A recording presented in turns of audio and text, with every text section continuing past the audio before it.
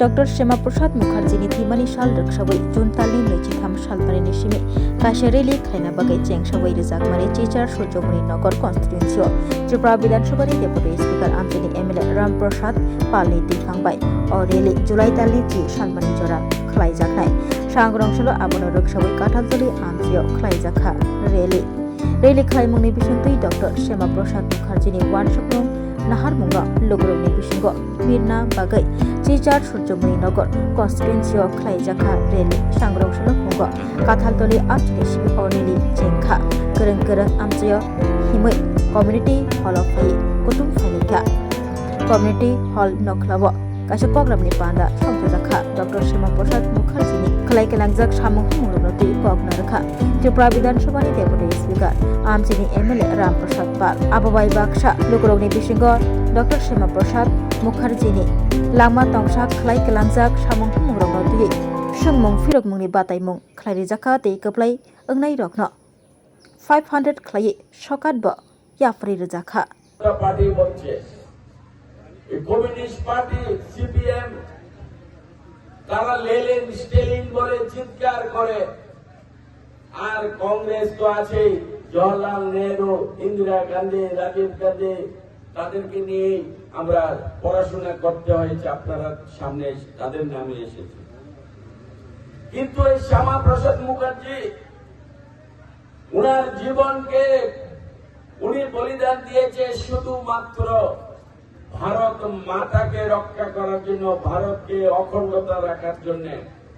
একবার পাকিস্তান হয়েছে ভারত মাতাকে ভাগ করেছে আবার সেই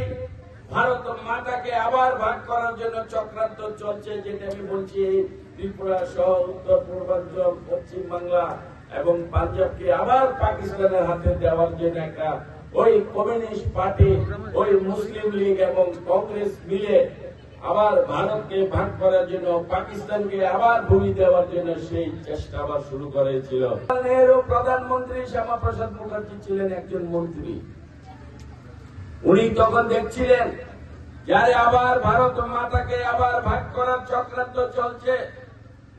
যে কোনো মূল্যে হোক ভারত মাতাকে অখণ্ড রাখতে হবে ভারত মাতাকে সুরক্ষিত রাখতে হবে এই বলে উনি প্রতিবাদ করে মন্ত্রিসভা থেকে বেরিয়েছিলেন এবং মন্ত্রিসভা থেকে বেরিয়ে উনি নিজে সংগঠন করেছিলেন উনি করেছিলেন হিন্দু মহাসভা তারপর উনি করেছিলেন ভারতীয় জনসংঘ নামে সেই সকল সংগঠন দিয়ে সারা ভারতে উনি উনার সেই প্রতিবাদ ঝড় তুলেছিলেন যে কোনো মূল্যে হোক আমরা আমাদের ভারত মাতাকে অখণ্ডতা রাখবো ভারত মাতাকে আমরা খণ্ড খণ্ড করতে দেব না তার জন্য যদি বলিদান দিতে হয় মৃত্যুবরণ করতে হয় সেইখানে আমরা রাজি আছি তারপর আর জওহরলাল নেহরু দেখছিল ওই কমিউনিস্ট পার্টিরা দেখছিল যে শ্যামা প্রসাদ মুখার্জি যেভাবে সারা ভারতে তারা তার বিরুদ্ধে দেশকে ভাগ করার বিরুদ্ধে ভারতকে আবার খণ্ড খণ্ড করার বিরুদ্ধে যেভাবে আওয়াজ উঠিয়েছে তারপর তারা পিছিয়ে গিয়েছিল এই কমিউনিস্ট পার্টি এবং সেই কংগ্রেস মুসলিম লীগ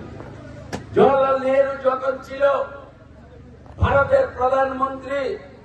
তখন আমাদের ভারত মায়ের ভূখণ্ডকে চীন দখল করেছিল প্রায় 2 লক্ষ বর্গ কিলোমিটার তথা আমাদের এই ত্রিপুরা রাজ্যের মতো 20টা রাজ্য সীমানা যতটুকু সেটা দখল করেছিল কিন্তু কমিউনিস্ট পার্টি ও চীনের বিরুদ্ধে কোনো কথা বলেনি জওহরলাল নেহরু চীনকে কোনো বাধা দেয়নি এই ছিল চক্রান্ত ভারত মাতাকে এইভাবে খণ্ড খণ্ড করার চক্রান্ত পাকিস্তান হওয়ার পরেও পাকিস্তান আমাদের কাশ্মীরের 1 লক্ষের উপর বর্গ কিলোমিটার তারা দখল করে নিয়েছে তখন জওহরলাল নেহরু প্রধানমন্ত্রী ছিল কোনো বাধা দেয়নি কমিউনিস্ট পার্টি বাধা দেয়নি মুসলিম লীগ বাধা দেয়নি এইভাবে ভারত মাতাকে খণ্ড খণ্ড করে জমি ভারত মায়ের ভূমি দখল চলছে তখনই শ্যামা প্রসাদ মুখার্জি জেগেছে এই শ্যামা প্রসাদ মুখার্জি জম্মু কাশ্মীরকে আলাদা রাষ্ট্র করার জন্য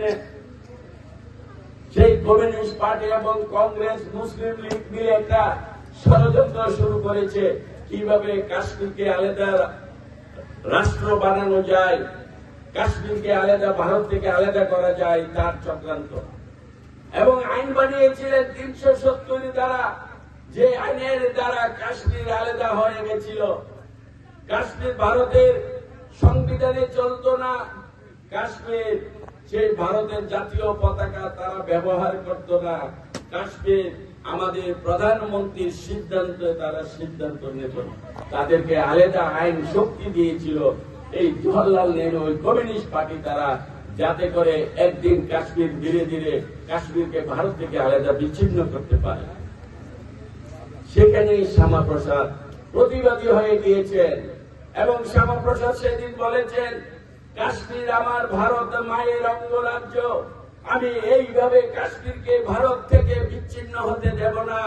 এই 370 ধারার বিরুদ্ধে উনি গর্জে উঠে কাশ্মীরে প্রবেশ করেছিলেন এবং সেখানে জওহরলাল নেহরুর ইশারাতে, জওহরলাল নেহরুর সিদ্ধান্তে ওই সময় কাশ্মীরের শেখ আব্দুল্লাহ ছিল ওখানে পাওয়ারফুল প্রধানমন্ত্রী হিসেবে ওই ধরনের। তখন জওহরলাল নেহরুর কথায় শেখ আব্দুল্লাহ আমাদের সেই শ্যামাপ্রসাদ মুখার্জিকে গ্রেপ্তার করেছিল এবং শ্যামাপ্রসাদ মুখার্জি ওই দিন জানতো আমাকে ওরা গ্রেপ্তার করবে, তারপরে গ্রেপ্তার করে আমাকে তারা হত্যা করবে। সেটা জেনেও শ্যামাপ্রসাদ মুখার্জি কাশ্মীরে প্রতিবাদ করার জন্য, কাশ্মীরকে রক্ষা করার জন্য, ভারত মাতাকে রক্ষা করার জন্য উনি কাশ্মীরে প্রবেশ করেছিলেন। সেখানে উনাকে গ্রেপ্তার করে উনাকে 40 দিনের মাথায় উনাকে বিভিন্ন ভাবে উনার উপর অত্যাচার অনাচার করেছে, উনাকে জরাজীর্ণ জায়গায় রেখেছে, উনাকে চিকিৎসা উনার প্রতি করা হয়নি, সুচিকিৎসা করেনি, উনি অসুস্থ হয়েছিলেন। তারপর উনাকে ভুল চিকিৎসা করে ভুল ইনজেকশন দিয়ে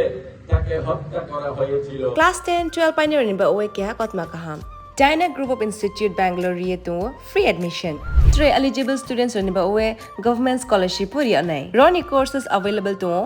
GNM and BSc Nursing, BBBSc, MSc, Paramedical and Pharmacy, BBA, BCA, BCom and MBA. College fee ni ba oe hinke na 199 yak mani ke government scholarship by na pore mai nai. Hostel fee moha 4500 monthly mari nai. Seats oha limited and ba oe dai free na umbo number of contact khedi tre admission la rodi.